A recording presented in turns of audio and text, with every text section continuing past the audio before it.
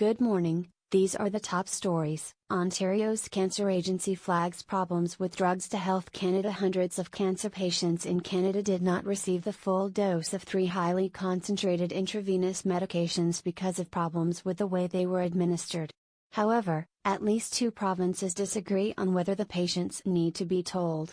The drugs, which were introduced in this decade, are for advanced cases of cancer and are given to patients in hospitals using a similar method to how chemotherapy is administered, via an intravenous tube attached to a pump. In June, Cancer Care Ontario, CCO, learned that the way some hospitals were using this system when they administered these drugs could leave small amounts behind after the treatment ended. The problem was first noticed by a healthcare worker at Trillium Health Partners in Mississauga. This is the daily morning update newsletter. If you're reading this on the web, or if someone forwarded this email to you, you can sign up for Morning Update and all Globe newsletters here.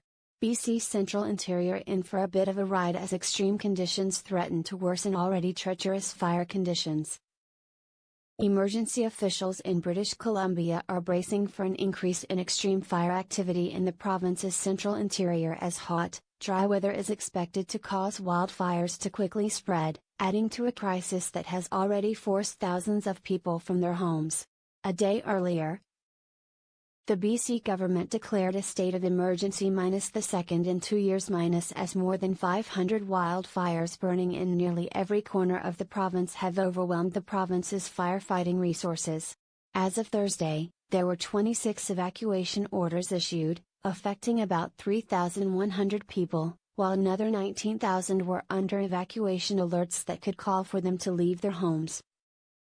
Conservatives tell Bernier to play on the team in midst of identity politics spat. The Conservative Party is warning outspoken MP Maxime Bernier that he must choose between being a maverick or a caucus member after a public spat with Tory leader Andrew Scheer over identity politics.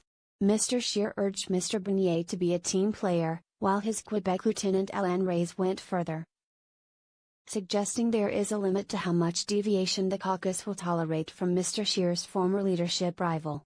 We think that Maxime has his place within the party if he is ready to play on the team, Mr. Reyes told the Globe.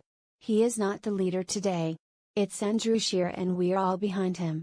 Tesla to take Ontario government to court over cancelled electric vehicle rebate. The Canadian arm of Tesla Incorporated is taking the Ontario government to court, saying it has been treated unfairly in the cancellation of a program providing rebates to residents who bought electric vehicles. In an application for judicial review, Tesla Motors Canada says the decision by Premier Doug Ford's government to halt the program in July left hundreds of its customers no longer eligible for rebates they expected to get when they ordered their vehicles. It asks the Ontario Superior Court to quash the arbitrary and entirely unreasonable decision, adding that the government has given it no reason for its exclusion from the rebate extension. Got a news tip that you'd like us to look into? Email us at tips@globeandmail.com. Need to share documents securely? Reach out via Secure Drop in case you missed it. Trump suggests Canada has been sidelined from latest NAFTA negotiations. U.S. President Donald Trump is suggesting Canada has deliberately been left on NAFTA's sidelines as one-on-one talks heat up between Washington and Mexico. For 4 straight weeks, U.S. Trade Representative Robert Lighthizer and Mexican Economy Minister Ildefonso Guajardo have held bilateral negotiations on the North American Free Trade Agreement, while Canada has been absent from the bargaining table. Canadian officials have insisted they're unfazed by being left out of the discussions because it's allowing the U.S. and Mexico to sort out tough bilateral issues, such as their differences on autos. They've stressed that there have been a lot of one-on-one talks during NAFTA's renegotiation process. Morning markets. Global markets are mixed so far, though starting to sour. Tokyo's Nikkei gained 0.4%, and Hong Kong's Hang Seng 0.4%, while the Shanghai Composite lost 1.3%. In Europe, the Paris CAC 40 was little changed by about 7:15 am. ET, with London's FTSE 100 down slightly and Germany's DAX down 0.2%. New York futures were down. The Canadian dollar was sitting at just about 76 US cents. What everyone's talking about Turkey shows the economic costs of populist authoritarianism, key ingredients in Mr. Erdogan's rallying of much of Turkey's population behind him over his decade and a half in power, his endless funneling of money toward investments that buy him support, and his anti-elite dismissal of normal economic wisdom among them, are straight from a playbook increasingly familiar as populists rise around the globe. It's an approach that can help persuade the public to overlook other excesses of power. But it is destined to cause severe consequences in and of itself.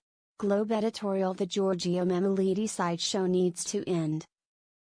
Mr. Mamelides' permanent sideshow hasn't left much time for actual work. If after 2 decades in office, almost 3, if you count his earlier years at Queen's Park, he is unable to get his ward some nice parks, as he often moans, then he's painfully bad at building consensus and working with staff, 2 essential parts of his job. Deniz Balkassoon: who's playing identity politics? Everyone. Canada has been superbly fortunate, because we've been able to avoid the poisoned immigration and identity politics that are rocking Europe. Our immigration situation is largely a success story. At the same time, we need to find a way to discuss our problems honestly. And that means leaving identity politics out of it. Margaret Winty: living better. How do I quick pickle vegetables? Pickling is a notoriously time-consuming process. But there's a faster way to accomplish the same taste at a much faster rate. As Lucy Waverman writes, the secret to quick pickling is the ratio of vinegar to water, and the amount of sugar and salt. The more vinegar, the more acidic the pickles. More sugar means a sweeter pickle.